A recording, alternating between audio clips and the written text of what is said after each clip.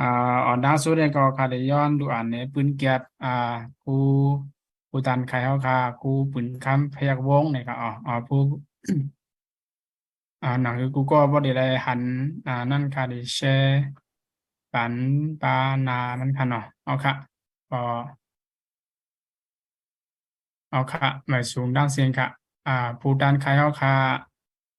ครูปืนคำพยัคฆ์วงศ์เวียงกิงตุงเนี่ยกันเนาะ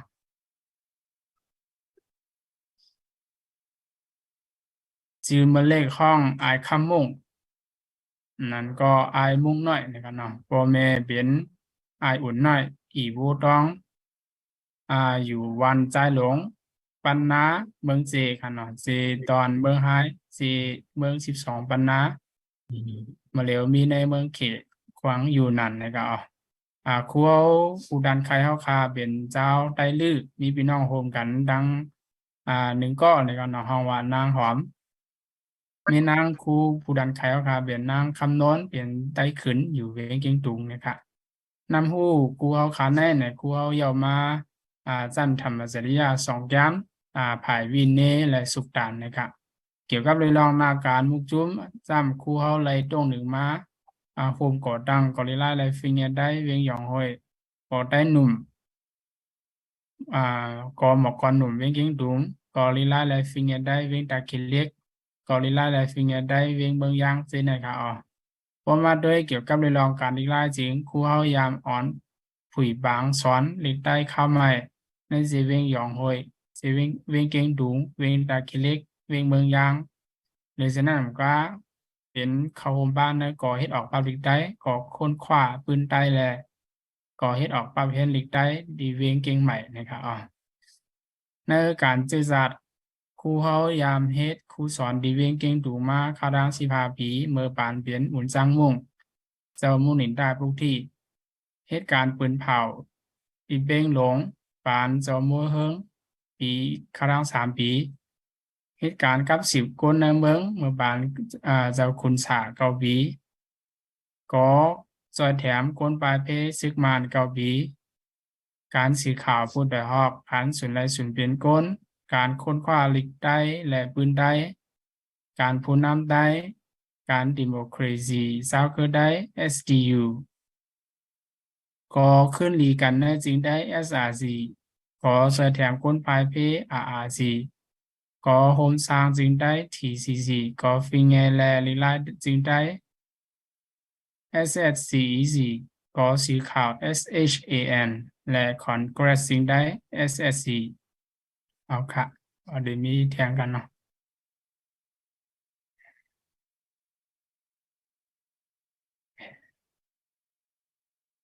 ก็พร้อมโฮมจึงได้ CSSU ก็โฮมสร้างเขียนแดมเปิงอ่าเปิงเตรียมเปิงปึ้งเจในเมืองโฮมตุ่ม SCCB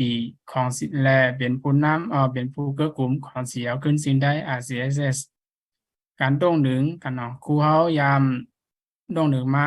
กุดวิวแต่ปอนบางสื่อสัตว์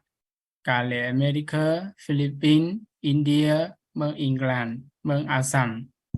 อารุณชอตประเทศเมืองลาวและเมืองเขอยู่นั่นใช่ไหมครับในการลีกไล่ซ้ำครูเอาเตรียมปองกว้าฝ่ายได้ขึ้นลือฝ่ายม่าน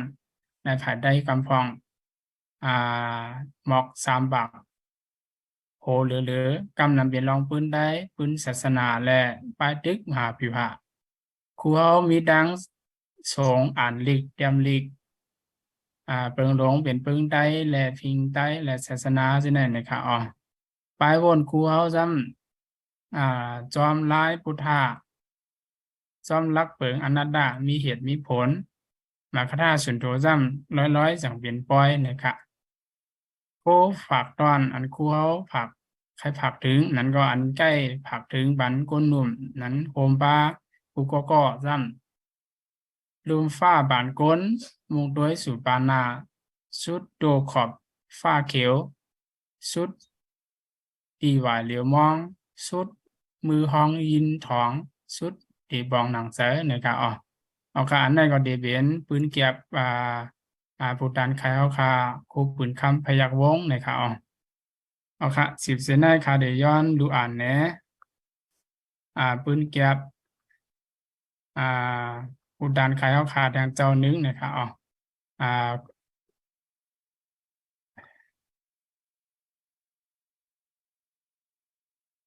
เอาค่ะแทงเจ้านึงนะค่ะเดี๋ยวย้อนดูอ่านแหนะปืนแก๊บอ่าอาจารย์ขึ้นใส่ใจเย็นนะคะอ๋อกำกับ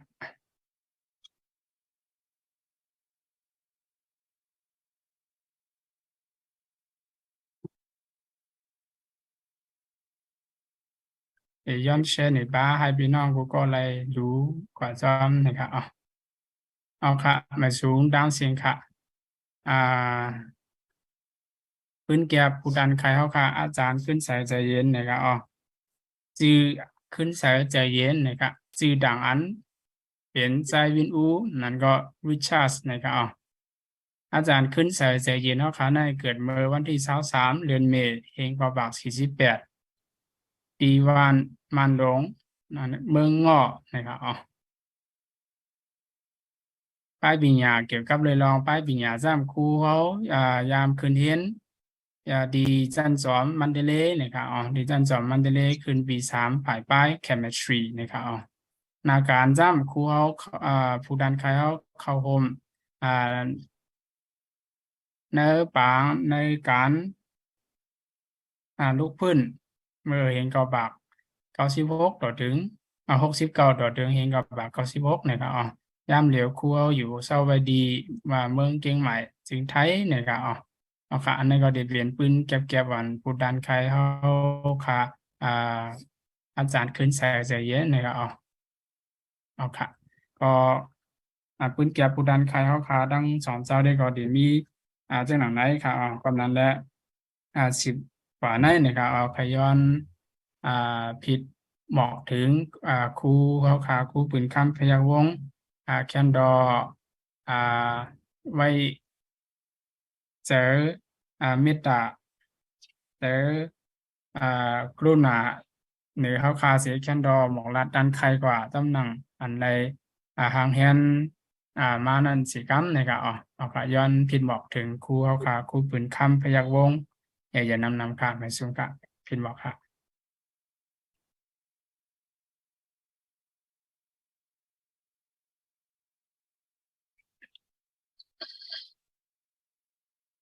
โอค่ะเหมาสมกันกูเจ้าและกูโก้ค่ะเมื่อไหร่เปลี่ยนวันเมืองหุ่มตุ้มขอบทนถึง75 ปีสำเฮามาเฮ็ดที่หมายต้องวันเจอจัดจึงได้วันที่7 เดือนเฟบรุรีขอบถึง76 ปีตั้ง2 วันผมกันเลยเพิ่งหลวงมันขาอ่านแต่ว่าให้อาจารย์ขึ้นเสาการใครเป็นผู้คนที่หนึ่งก่อนเนาะเป็นผู้คนที่หนึ่งเพิ่งหลวงมันข้อมูลเกี่ยวกับเรื่องหมายบางหลวง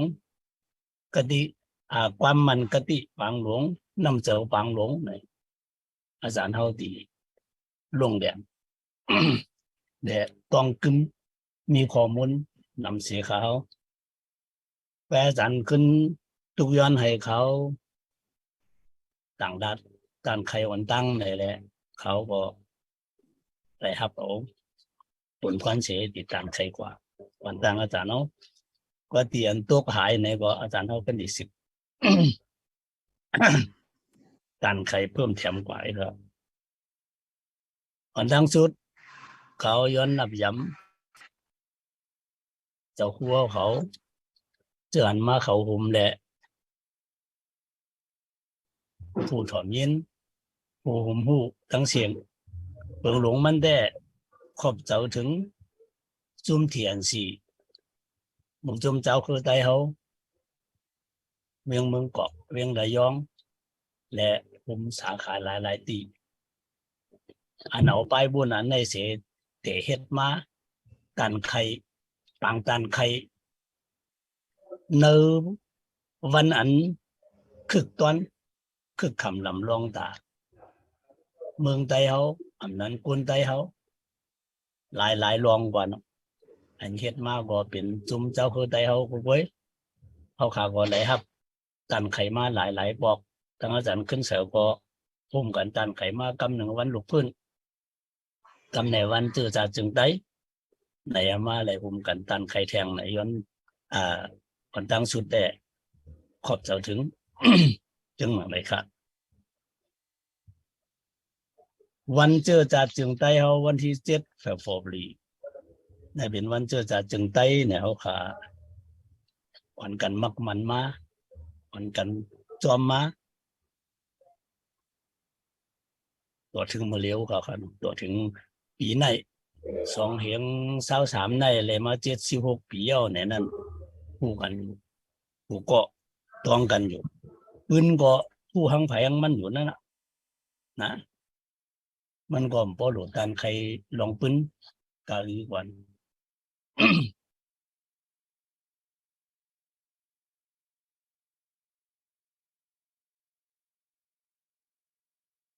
เขาบอกในก็บ่มีหัวคอให้ค่าตังในแดค่าอะไรตังให้วันอาจารย์ขึ้นเสาเมืองไต้ไหลอีสังย้อนดีหัวไม้ปังดงเมืองไต้แหล่จู่สังย้อนดีหัวไม้ปังดงก็เบอร์ดีหัวไม้ปังดงแล้วเมืองไต้เขาจุกมันมาจึงหือเนี่ยนั่นในเดือนตอนอาจารย์ขึ้นเสาที่การใครกว่าในเขาหนักเขาได้ใส่ไว้จึงเมืองหุมตุ่มแลริวไม้ปังดงนั่นสบอันไหนก็ที่เขาในที่อาจารย์ดีการใครกว่าเว้ยก็บ่มีวันที่7เดือนหมายปังลงแดสั่งดีมีวันที่12วันเมืองหุมตุ้มไหนนั่นอาจารย์ขึ้นเสาขึ้นที่ สับเลี้ยงปากกบซึ่งหือไหนนั่นว่าให้พวกเข้าใจนั่นครับก็เพราะว่าเอามาตัววันเจอจ่าจึงได้ไหนแดในปีไหนเขาได้เอา มาตันของลุงคุณจ่าปูว่าเนาะมาตันของลุงคุณจ่าปูลุงคุณจ่าปูน่าเป็นคนสีป้อมือมันเจ้าเต็มมาเป็นคนสีป้อยาวก็ในฝวนโหเมืองไต้ไหนก็ป้ามันเจ้าต้งหนึ่งมาอันมันเจ้าต้งหนึ่งมาไหนก็ต้งหนึ่งมาแต่เมื่อปันเจ้าป่าแต่เมื่อปันอังกฤษปันเจ้าปันต่อถึง ปันเมืองปันการเมืองเมืองบ้านไหนมันเจ้าก็เขาเลยต้งหนึ่งมาก็เหมือนกันเลยลงลายมือหรือหมายปังหลงมาจอมเปินมาในผมตีไตเขาก็นึงลุงเลี้ยวหมายปังหลงลุงลายมือเลี้ยวปังหลงก็เหมือนกันเลยเป็นฟ้องหลงฝ่ายปกครองในเมืองไทยเรียกว่าเปลี่ยนป้ากรมตี7ก็ในกุลป่วนหัวเมืองไทย7ก็และเจ้าผ้า7ก็รวมกัน14ก็นั่นก็ป้ามันเจ้าก็นึงนะซ้ำในกรมตีหุ้มในกรมตีหุ้มชาอาจจะขัง2ก็ช้าง2ก็ไต้3ก็นั่นก็ซ้ำป้ามันเจ้าก็นึงนะในไต้เฮาเนี่ยเจ้าผ้าเจ้าจำทุน10เมืองปอนแหมันเจ้าลงคนเจ้าปู้แหแหลดังลุงติ่น3ก่อนในป่าในอันหุมกันตาดีโอ้ดังเมืองหุมตุ้มตาดีอกกันตั้งหลวงปองจึงจูเข้ามาตาดีเก่าหุมในหลวงปองจึงจูเข้ามาในต้งหนึ่งไหนป่ามันเจ้าก้อนหนึ่งไหนมันเจ้าเตรียมไว้ มาตันมันเจ้านั่นเมืองเจ้าเตรียมนั่นมือมันเดือมือลุงคนเจ้าปู้เตรียมในอายุมันพอ70นะ76แล้ว79มันจะ76เมื่อเฮียงก็บอก76เฮียงก็บอก76น่ะมันเจ้าเตรียมนะเฮียงก็บอก76เฮียงก็บอก76น่ะมันเจ้าเตรียมเดี๋ยวอายุมันก็ 70เก่าเมื่อของมันเจ้าเตรียมนั่นก้อยก็เอาเป็นสินแล้วหรือแล้วลุงพลจะพูด เตรียมไว้นั่นเปลืองหลวงมันเนี่ยข้าเอาเอ็ดข้าเด็ดปึงในนั่นเฮแลล้านเหนือกว่าไว้หลวงเมืองหลวงอันวันเจอจ่าจึงใต้เนี่ยครับว่าอันเจ้าเตรียมไว้นั่นไหนรุ่นไล่ย้วยอชุกอชาอานายาปีรองสุตามตาเมียมาในงานตัวอภิโตยกซี่อ่องโจปานตีซอกเคโรตะไมจินไปมันไต้เขาได้เดี๋ยวว่าปืนตามตัวต้งหนึ่ง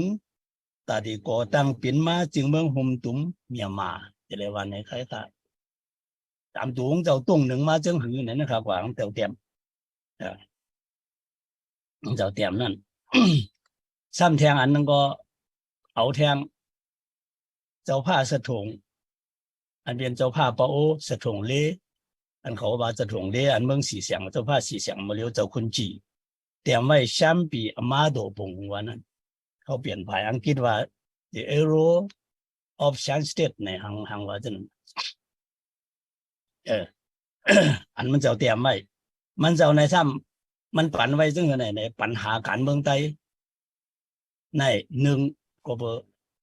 เจ้าผ้าเขาเป็นอันเดียวเจ้าผ้าเขาพร้อมกันอบไผ่อบมันอยู่ไผ่อยู่มันว่าหน่อมเป็นเมืองหนึ่งจึงเหลียวมันเป็นน้ำหนึ่งใจเหลียวนะ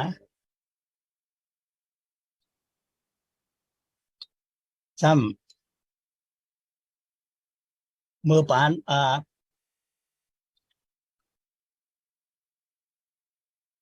เมืองไต้ในเข้านานั่นหน่อยหนึ่งในเจ้าผ้าเขาพร้อมกันเป็นน้ำหนึ่งเจ้าเหลียวกันสองในเมืองไต้ในเข้านาในเขาถูกหลีเอาก้อนขอตีอังกฤษว่ะถูกแล้วก้อนขอตีอังกฤษทำไว้สามซ้ำบ่ได้โฮมมันเอาก้อนขอในก็โหลว่าเปลี่ยนกันก่อนอันนี้ก็จะเมืองไต้ห้องเฮ็ดมาไล่เนี่ยบ่อันในห้องว่าแชมเปียนมาโดบงอันเจ้าพาเขาอันก่อนหัวเมืองไต้เขาค่ะเฮ็ดผิดมาเนี่ยนั่นน่ะในก็ปึงเอาในป้าพองแหซ้ำอุทุนเมียนต้องกี้เตรียมไว้ว่าเตตะบ้วนอกเดชัดในนั้นก็ป้าไว้ลองว่าเมืองไต้เขาสื่อโยจอมลงลายมือหรือหวยปางหลงเยาก็ไว้ความมันกติมาเยาก็นับย้ำนำเจ้าปางหลงมาเหตุก็อันเป็นมาเมืองหุ่มตุ่มอันเต้เหแหละไหลสุกยุงมาเมืองไต้เขาก็ไหลซุ่มมาหลายรองจังไหนเจ้าเหนีไว้กว่าซ้ำแทงมาต้านอันหนึ่งซ้ำอาจารย์ขึ้นใส่ส่งปันค่าได้ส่งปันในไล่กลุ่มสังขาและไล่กลุ่มเจ้าคือไต้เขาอยู่อันว่าอินในงานเดือนปีรองสู้มาซีแค่มานั่นนะสาด้านเง่ในเขาเตรียมมือ2 นั่น2 นั่นนะในเป็นลูเห็นจันจอมเขาตากงเขาเข้าใจเตรียมไว้นั่นตุยป้านั่นเห็นแล้วเขาอะไรเฮ็ดเขาอะไรขับขึงมาลงการไขในวันเจือจากจึงไต้ปีไหนมันจึงเปิงหลวงมันได้พื้นหมายใจต้องของลุงพลจ่าปูนั่นลุงพลจ่าปูนั่นเมื่อเห็นกวัก42นั่นเขาจะอะไรคุมตังลุงเงียมย่าพ่อยลุงเงียมย่าพ่อยอย่างเรามุกจุ้มลูกอันหนุ่มกว่าเนาะนั่นเขามีบ้านหลานไหมรู้นั่นมีบ้านตุ้งไหมจ้าหลานเนี่ยนะมันมีหางปีกโยก็มีหางเสือเวียนอยู่ในกลางมันนั่นมันจะเป็นไหนกาคนลุงพลจะพูดนายเฮียงบอก42ซ้ำเฮียงก็บอก43ซ้ำลู่ทู่จ้องชอกเยกลู่ทู่จ้องชอกกากวยเยตับพ่อยเนี่ยก็ตั้งว่าในก็ป้ามันจะเป็นไหนกาเขาในก็ซ้ำขังซ้ำเป็นผู้สอนยิบไผ่การซึกในก็เนาะโซเป็นโพหังวันนั้นในก็ในซ้ำเป็นเดี๋ยวเมื่อปันตกดอกปลาหมูเขาหนาเนาะปันอาจจะมันเก่าเดี๋ยวมาปันอังกฤษบ้างกว่า咁嚟3เห็นก็บอก46山比路年面ดินในก็ตั้งว่า山路年面สิอายงในการเขาฟังได้หมุกจุ้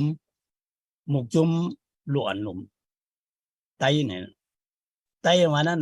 เมืองไตเนี่ยลูกตัวหนุ่มเมืองไตเนี่ยเขาก่อตั้งมานั้นนั่นก็ลูกที่นั่นเนี่ยซ้ำจังก็ขึ้นเปลี่ยนมาพอถึงเฮงก็ว่าตั้งมาให้เอาก็ตุ้งหนึ่งมาเดี๋ยวถึงเฮงก็ว่า58ถึงเฮงก็ว่า48นั่นจังไปมาอ่อนกันคุมเหตุใดคุณการเมืองเนี่ยมาตั้งไว้หมกจุ้มอูถูกชกไงวะนะเขาเพราะนั้นเนี่ยมันก็น้ำหนาเนาะกำมันก็นั่นเนี่ยมันต่างซื้อมันก็อูถูกชกกุนถูจะไหนกุนขี้ขั้นกุนหันตุกเลื่อนหลังจะไหนพกเปียดนั่งวันว่าสว่างเนี่ยให้ยังรักเหลี่ยมให้ยังขึ้นเจ้านั่นก็อูถูกชกอยากว่ามาเปลี่ยนว่าขึ้นมาไม่เปลี่ยนให้ยังห่างหลีว่าอุทกผิวพ่อยอุทกผัวซีอุทกผิวติ้นกว่านะอันนี้ก็ป้ามันเจ้าหมอยมันคัดเจ้าตุ้งหนึ่งมานั่นในแดนเขาเจ้าเขาทำมีปลาตุ้งแทงเฮ็ดปลาตุ้งแทงมีปลาอลามมีปลาจอมผิวขาวเขียวเหลืองกลางมันช่างเป็นเหลืองเขาเนี่ยเหลืองเขียวเหลืองด้วยเนาะเขาขาวเขียวเหลืองนะขาวว่านั้นเป็นน้ำเจ้าใจเขาอันหักชิจ่านั่นกว่าอยู่ไรว่าขาวเขียวนี่เป็นวันเป็นเมืองเป็นวันเมืองเตืองการนั่นน่ะเหลืองในเป็นเจ้าฮัดอันน้ำเดือดฮัดหานลาวเลือนนั่นซ้ำเห็นว่าเจ้าจืนเสา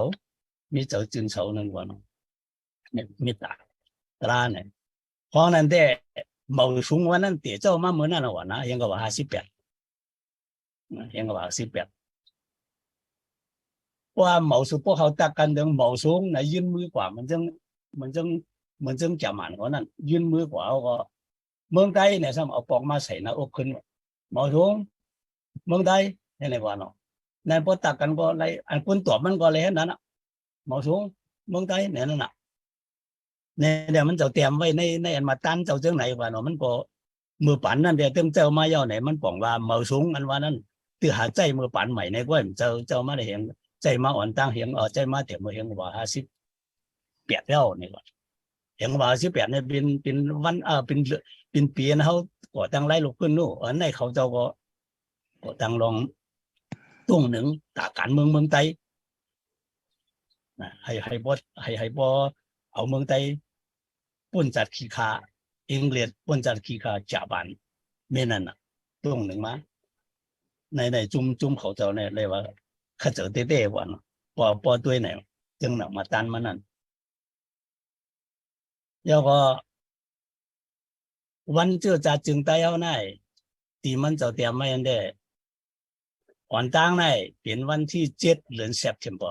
วันที่7 เดือน9อังกฤษว่าเฮียง9 ปาก 30เจตังมีมานะเฮ็ดสังเลยเฮ็ดนั่นล่ะไหน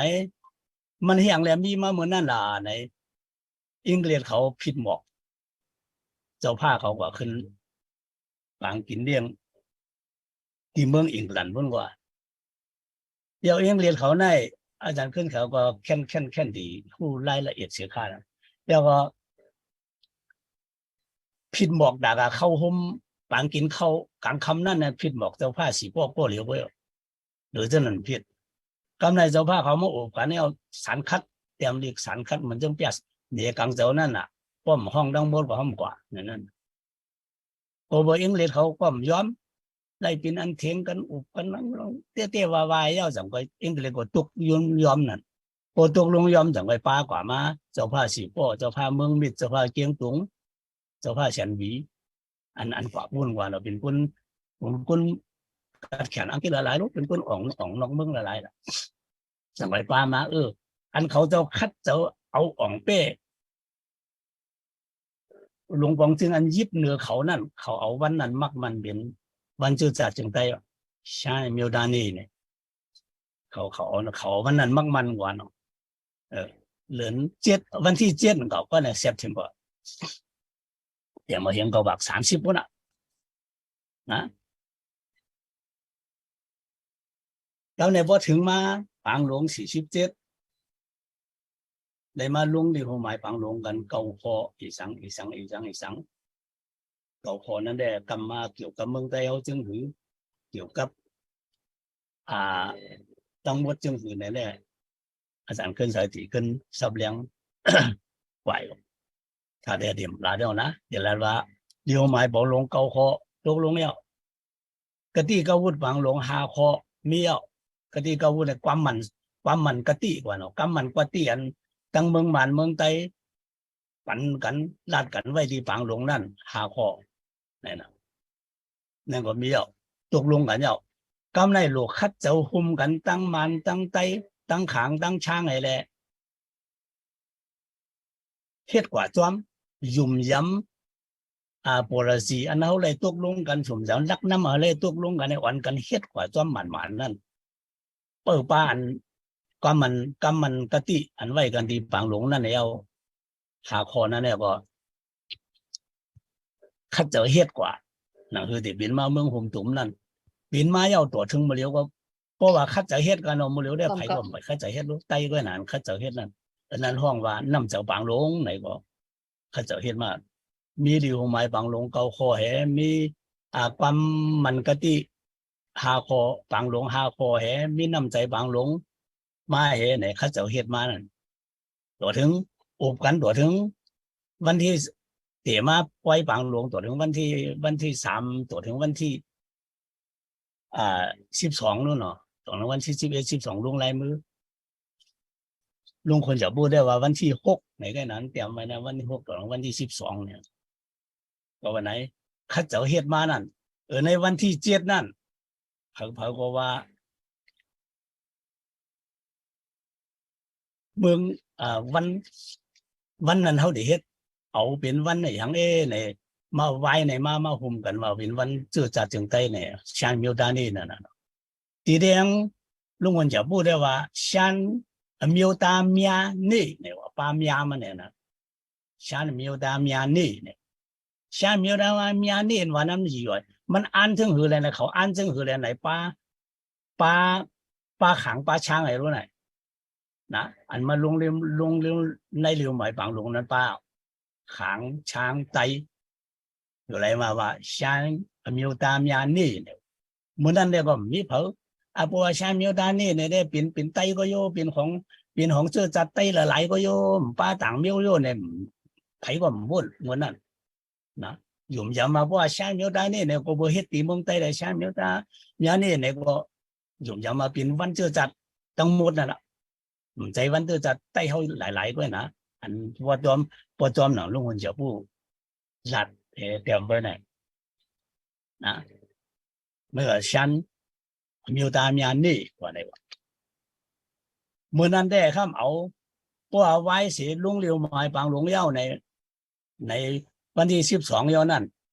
เขาเอาวันที่12ได้เปลี่ยนวันมิวตานี่เนี่ย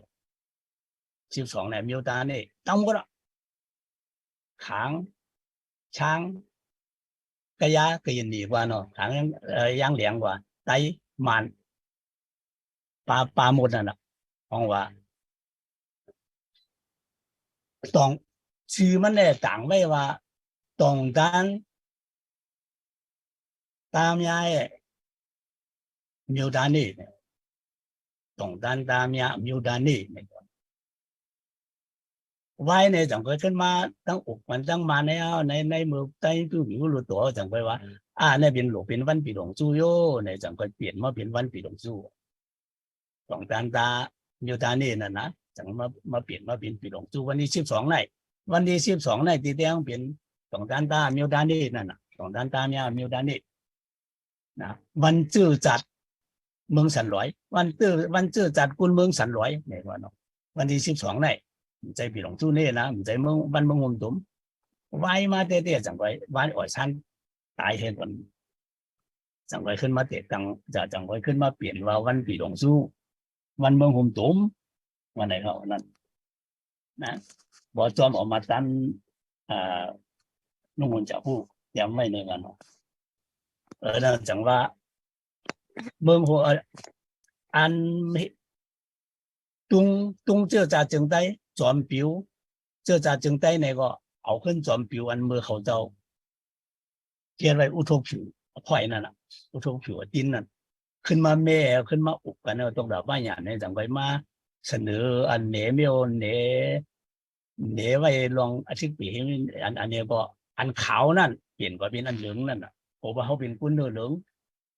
เนาะเอาเป็นว่าเขาเป็นเจ้าจัดกุนเนื้อเหลืองเป็นกุนอาชาว่าใน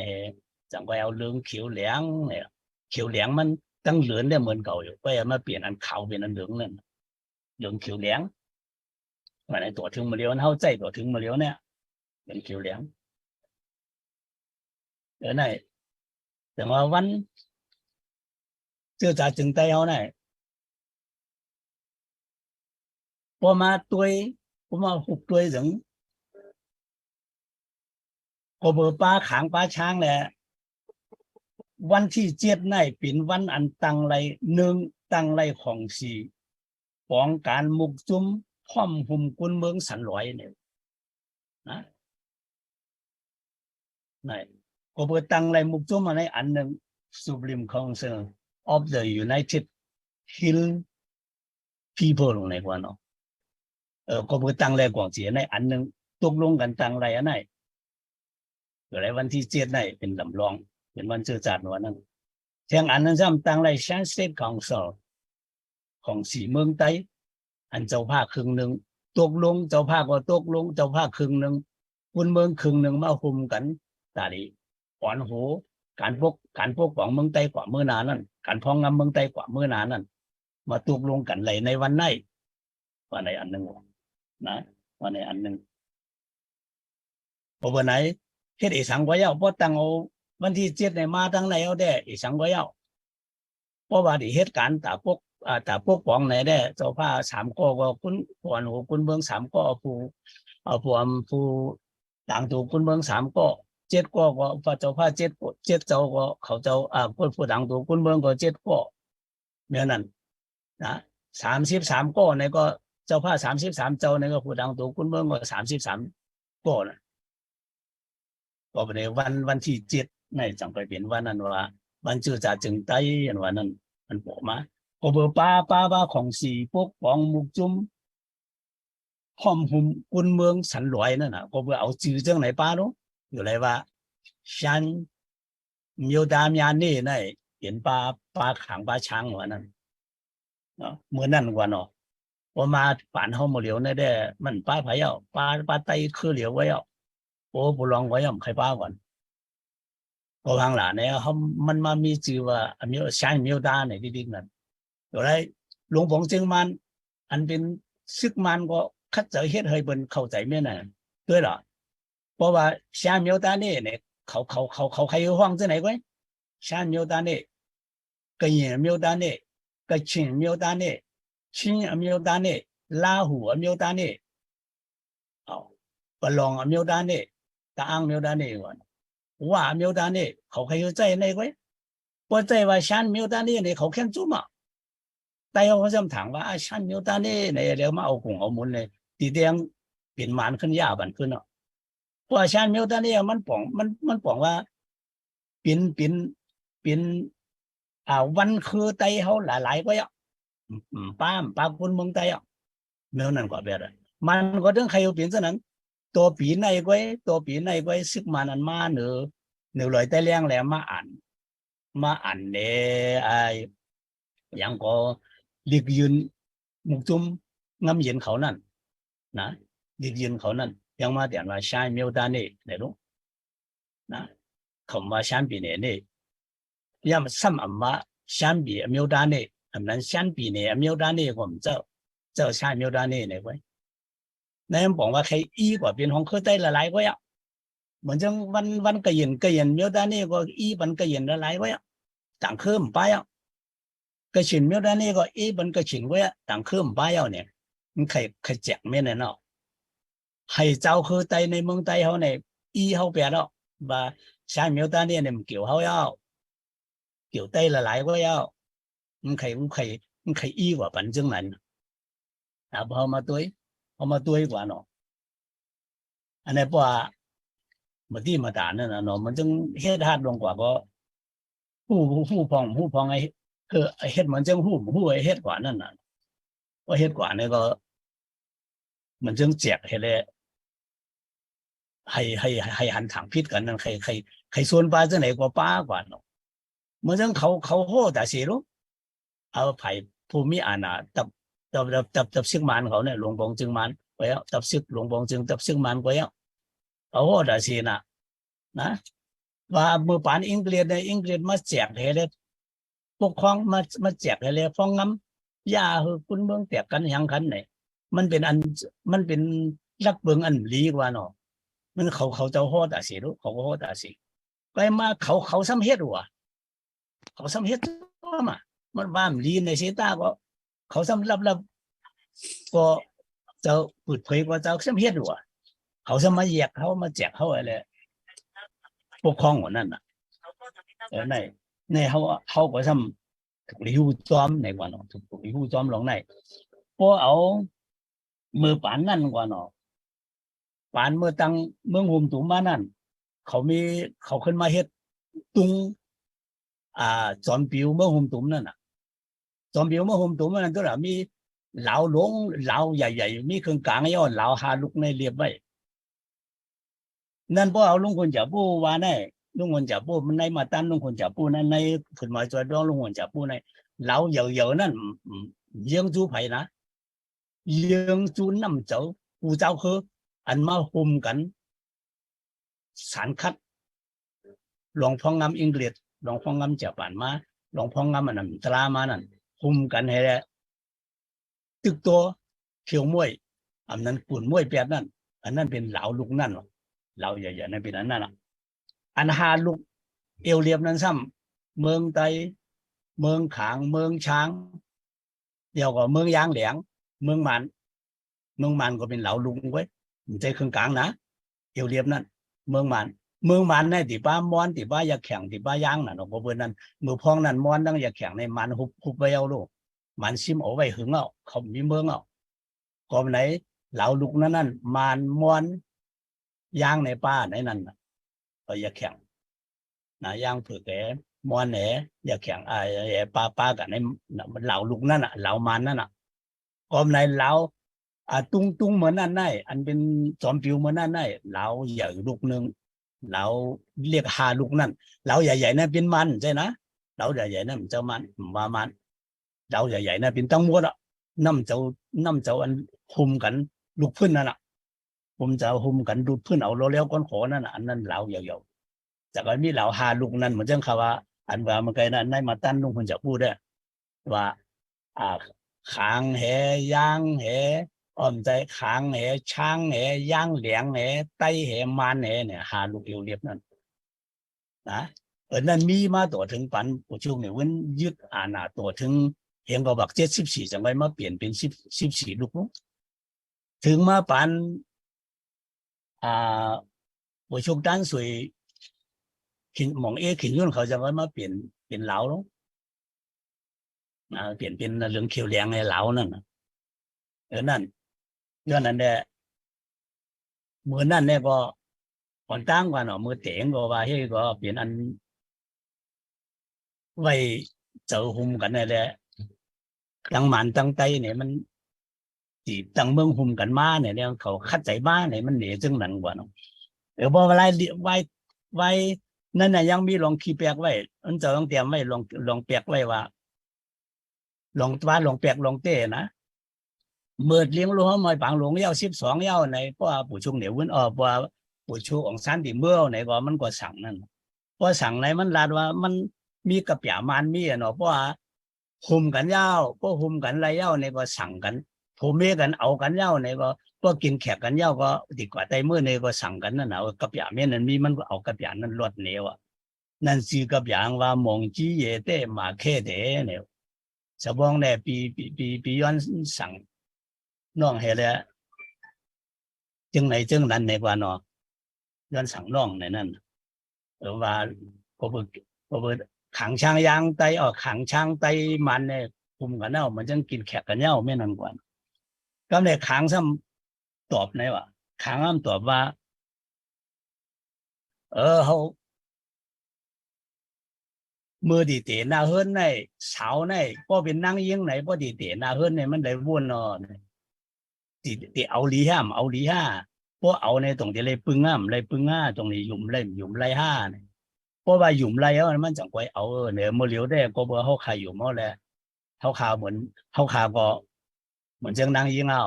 เหมือนจังเตะหน้าเฮิรนเอาไม่ในวันก็ในคัดเจ้าปันกติจึงหนังปันไว้ในเหตุกรรมในขางห้ามหลัดจังไหนไต้ห้าม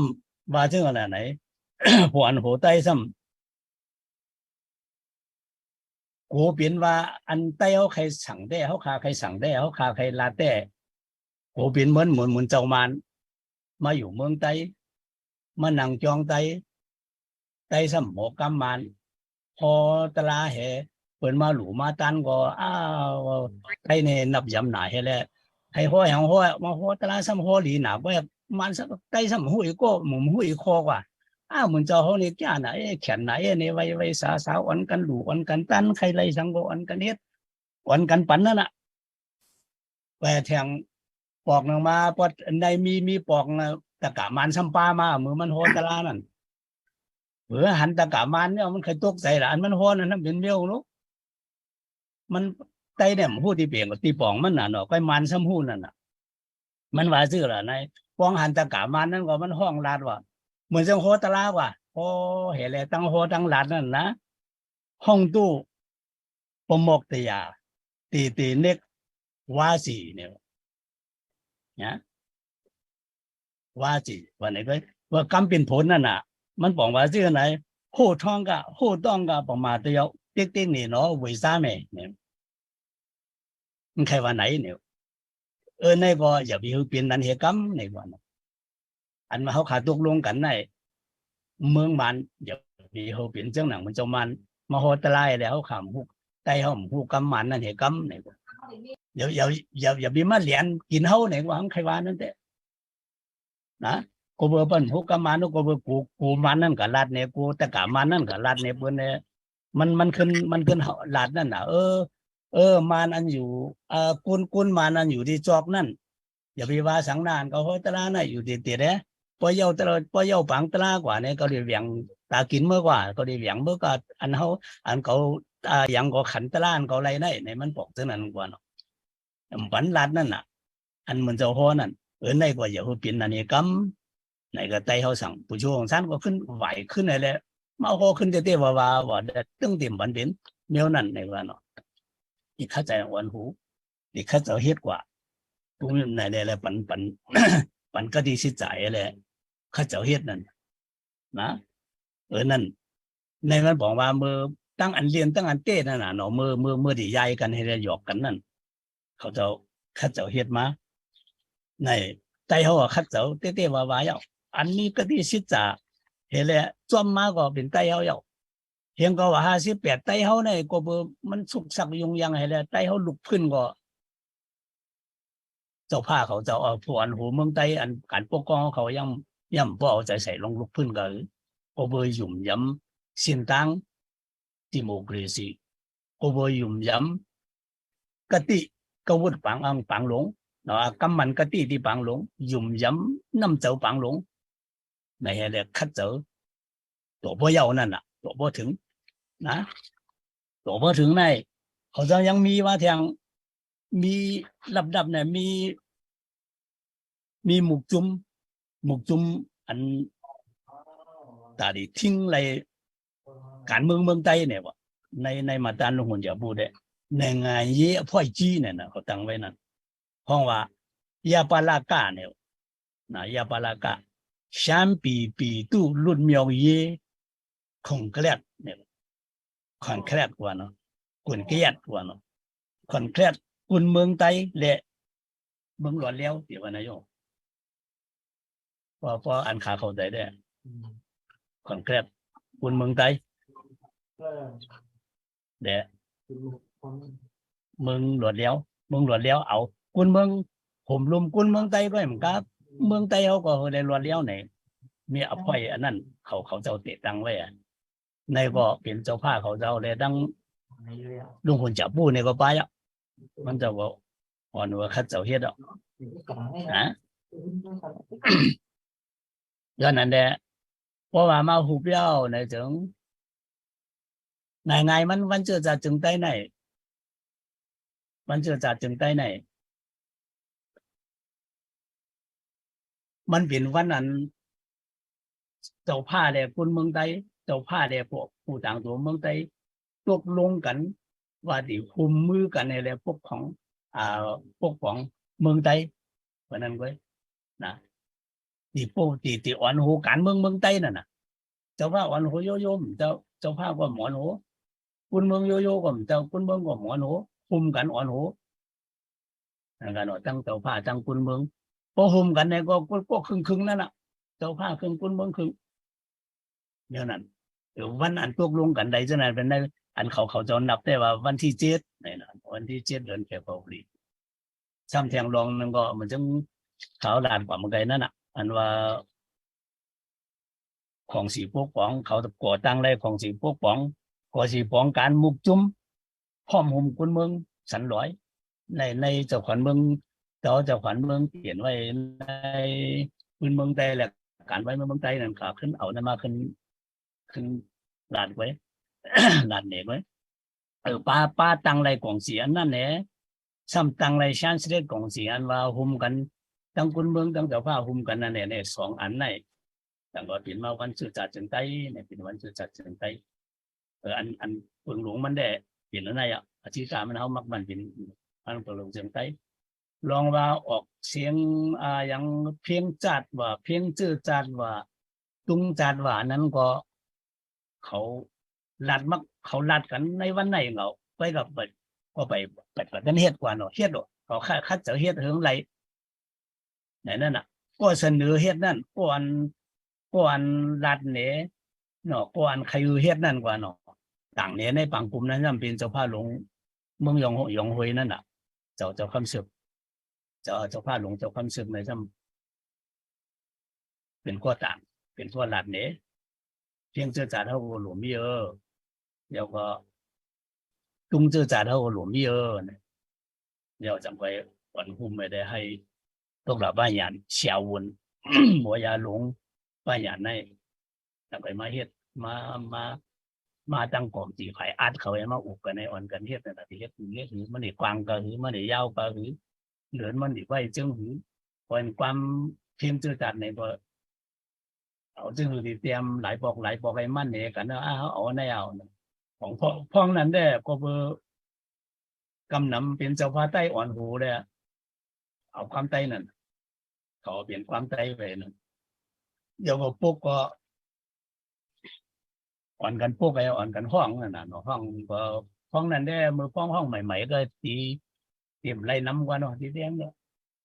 ตีเตรียมไล่กันน้ำมีคนหลายป้อยก็จนเขาอ่อนกันด้วยซ้ำเนี่ยเรียบเป็นไหนไว้เพราะในแบบลองเห็นมาวันเจอจากเขาคาก็ใครเขาอยู่ย้ำนั่นได้อันใต้เขาได้เรื่องใครคือคุกจะอะไรมีมุมหมายปางหลงเกาคอกะทิกะวุฒเขาว่าความมันกะทิปางหลง5 คเย้าก็น้ำเจ้าอันยุ่มย้ำกันที่ปางหลงแค่แหละที่หุมกันก่อตั้งวันนู้นหุมตุ้มน้ำใจปางหลงในอันไหนน่ะอันเอาขึ้นมาขึ้นอุตาสิ1 ปี 1 บอกมาขึ้น1 ปี 1 บอกมาขึ้นนั่นนะพอมาตัว การ์ตูนอันขึ้นดิบไม่กระจินไตหนุ่มมันว่าเห็นก็บอก61นั่นก็เบอร์ไว้เสียเจ้าผ้าเขาอ่อนหัวเมืองใต้เขาอ่อนหัวป้าเจ้าผ้าป้าคุณเมืองน่ะเมืองใต้เขาอ่อนหัวเลยเมืองจิตเมืองไหนมาเฮ็ดฝังผมพออาจารย์ขึ้นเสายามรัดเนี่ยได้มันเป็นสมณะไว้ในกันเนาะสมณะไว้เขาเดี๋ยวทำเตรียมมาฝังกุมหลงนั่นน่ะ相比你来看นั่น相比เนี่ยไม่ยีละคันนั่นพี่ก็บอก61เนาะปล่อยผายยังเรียนได้บนเตรียมของเสียงไว้ในว่าสภาไว้ว่าอ่อนใจของเสียงได้สมณะไว้เป็นสมณะไว้เนี่ยสมณะมันก็หาตั้งออกนั่นน่ะเมืองหุมตุ้มนี่หุมกันมา10 ปีเอาขึ้นยาว เพียงเปียงในหนังคือที่เพียงเปียงนั่นหาทางออกมาเนี่ยมาอ่อนกันสัมมนาหลวงนั่นกว่าเนาะมาอ่อนกันคุณคว้าหลวงนั่นตั้งเจมึงมาอ่อนกันคุณคว้าหลวงนั่นอยู่ไรว่าใส่ว่าสัมมนานั่นแน่อาจารย์ขึ้นสยามด้านนี้กว่าเนาะเหมือนจังในก่อนในนั่นก็อันเฮาขายเฮ็ดห้องเนอยู่เนื้อหลอยแต่เลี้ยงปีในนั่นอ้างกันเนที่มึงปั่นเล่มไรเนมันเนหลอยแต่เลี้ยงของนั่นเฮาก็เฮ็ดไว้6กันต้านนะเพิ่งหลงมันแต่เนลองว่าเรียวไม้บางลงในกว่าเจ้าของศาลยาหือนั่นก้อยอันนี้เป็นอธิการที่1ในห้องเนเฮาเนนั่นเหมือนเรื่องการ์ตูนการ์ตูนการ์ตูนเป็นดิบแมกกาซีนไต้หนุ่มเห็นว่า61นั่นเขาเฮ็ดไว้นั่นน่ะเนาะแต่จึงไหนกันล่ะในพื้นดิบรวนเลี้ยวในพื้นดิบรวนเลี้ยวในพื้นดิบก้อนขอในก้อนขอได้ในวันที่7นั่นเขาจะเอาออกแนวนะอันการ์ตูนนั้นไหนเขาจะเอาออกแนวการ์ตูนนั้นอันเฮ็ดหางหลวนจ้องเขาเตรียมหางผู้ชูของสั้นเอาก็ไต้เขาขึ้นอยู่เนื้อขึ้นจกทองมันก้อนหนึ่งอยู่ดังไต้ก้องเดี๋ยวจี้หาลีรู้เดี๋ยวไม้บางลงในป้าจอมมันหาลีรู้เรื่องไม้บางลงนั่นเนี่ยผู้ชูของสั้นว่าเมื่อหาสังอันนั้นสัวสังเนี่ยก้อนหางซะมาเขาหาด้วยลิกอันเขาเลยปันกติกันไว้นั่นน่ะอยู่ว่าป้ากับจอมผู้ชูก็หือไหนกว่าไหนต้องใครวันนั้นกว่าอยู่อันไหนอันห้องเนี้ยนั่นที่กามันปึงหลวงเขาในเป็นหลักมันโอเบอร์ลิวหมายปังหลวงเฮแลเขาตั้งมาเมืองหุ่มตุ๋มมือตั้งไรเมืองหุ่มตุ๋มก็เปิดความมันสัญญาปังหลวงมัน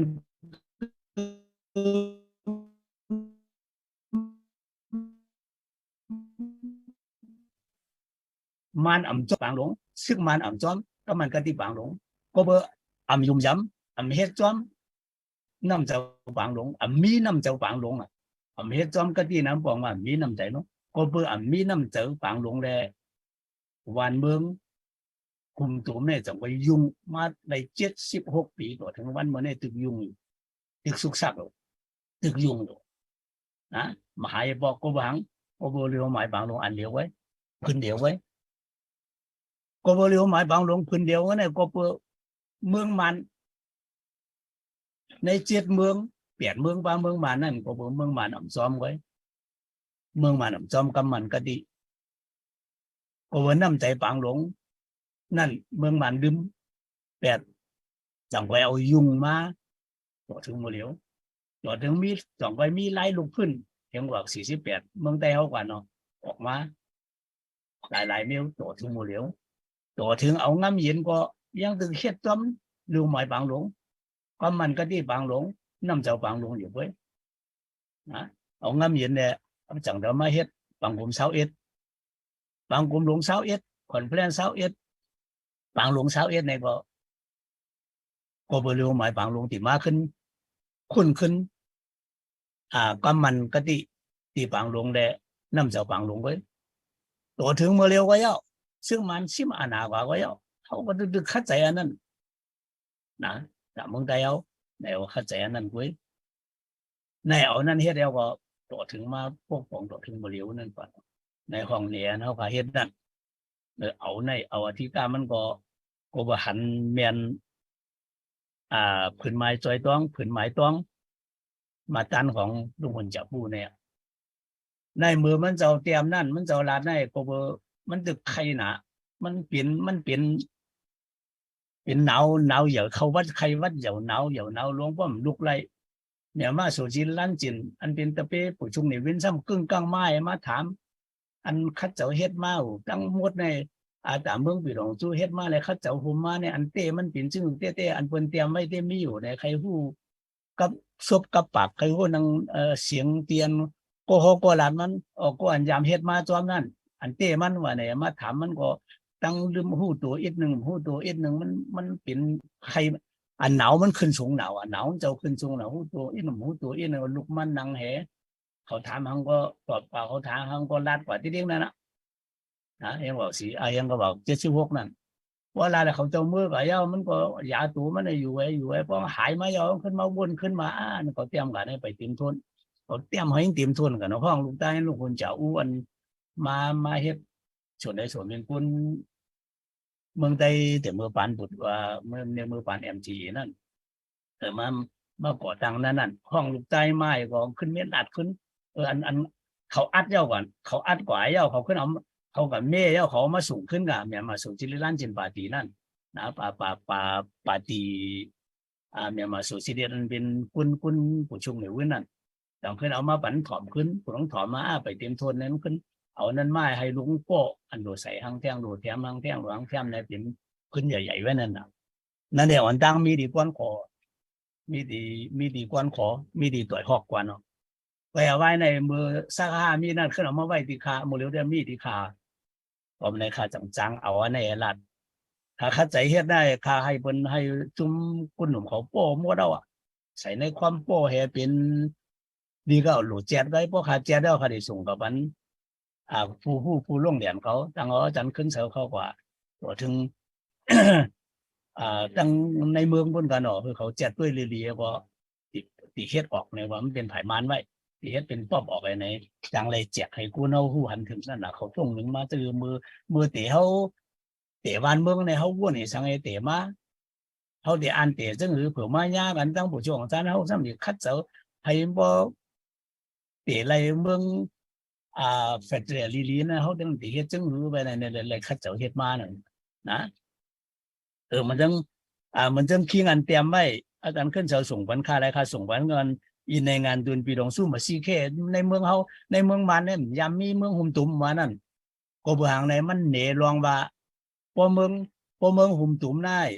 หลวงปองจึงกลางในหลวงปองจึงเจเมืองในติเลยหุ่มกันในแหละอาณาเพียงเพียงกันในติเลยเมียงอาณากันในฟองงำนี่นะนั่นยามมีมา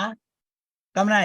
เพราะว่าเป็น Confederation ในซ้ำปีไรปันอาณาที่ปีเนเจเมืองกูเจเมืองในยิบเหยาก็ตัวยาในหลวงปองจึงปีหลวงสู้ในติเลยเป็นสื่อกลางไว้เมืองในเมืองในเจเมืองในถูกกันเขามาเฮ็ดสื่อบันเมปันเจเมืองในจอยกันติเลยจอยกันติเลยเมกันซึ่งเขามาอยู่สื่อเมกันฉะนั้นในคอนเฟอเรชั่นในเมืองมันแข็งไกลนี่ยามีบอกเนี่ยนะอันนี้ในกาเป็นอันน่ะพองงำเนี่ยก็อัพไปที่เมืองปีหลงจู้ก็ปีเนี่ยเนี่ยไรสังเฮเมลปีหลงจู้ปันกันจังว่าไรปีจงจู้เนี่ยจังว่าไรนั่นอันไหนไว้อันในห้องว่าเมืองหนึ่งจึงเหลียวมันใจเมืองปีหลงจู้เนี่ยเขาเตรียมไม่อยู่เลยว่าเมืองมันในเมืองเฮาเมืองมันเนี่ยยังมีปีหลงจู้มาหนวนั้นผมยังมีเต้นบ่เอาเจ้าหนังลักเปลืองมันว่าเนาะไปบ่เอาจื้อว่าได้เขาก็ปีหลงจู้เมียมาในงานโดนนั่นเนาะนะแต่ยูเนียนออฟเดือนนี้ยันอ้อมบ่มาไหนก็มีมานั่นใส่จื้อมันหลายไว้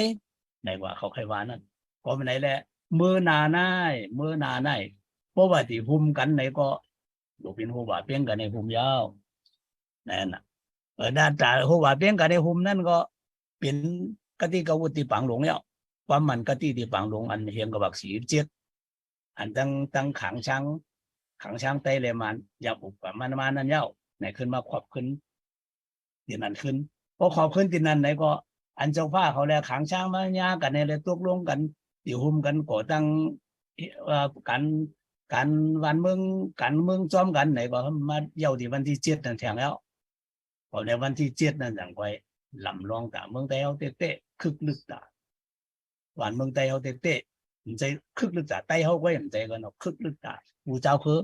ในเมืองไต้ซ้ำคึกลึกตาเจ้าคือในเมืองไต้ก็นะครับป้าขางป้าช้างแทงก่อนไหนนั่นน่ะป้ายางเหลียงแทงก่อนเพราะใครบ่ดีว่ากันเนาะกว่ายางเหลียงได้เขาเจ้า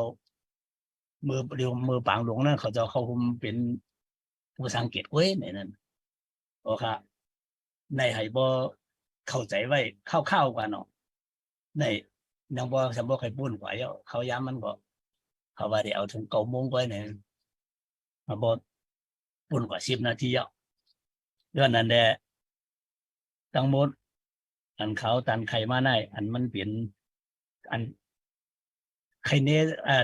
พอหู้ข้อมูลมันไหนก็ใครแถมทีไรใครถอนอะไรในก็ไรนั่นน่ะคุณถอมมันคุณถอมยินมันในแดบอันคาใครรู้ได้กำลังสุดได้เปิงหลงมันก็ขับปึงดีคุณหมายจอยต้องลุงคนจะพูดอันพูดลุงยามลุงยิงไว้บางหลงไม่แหละ มาก้อนหนึ่งนั่นไหนเดี๋ยวมาหลัดเนมาให้การใครเน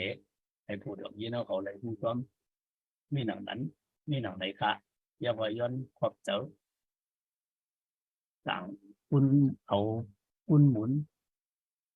จมเจ้าเพื่อใจเอาอันในห่างเห็น ฝั่งการใครในวันเจอจัดหมายตรงวันเจอจัดในวันเมื่อหุ่มถุมกันเขาอ่อนกันห้องกันมั่งมันกันอยู่ในจังหวะไหนคะเพราะค่ะเหมาะสมกันกูก็เอากับกันไหนคะ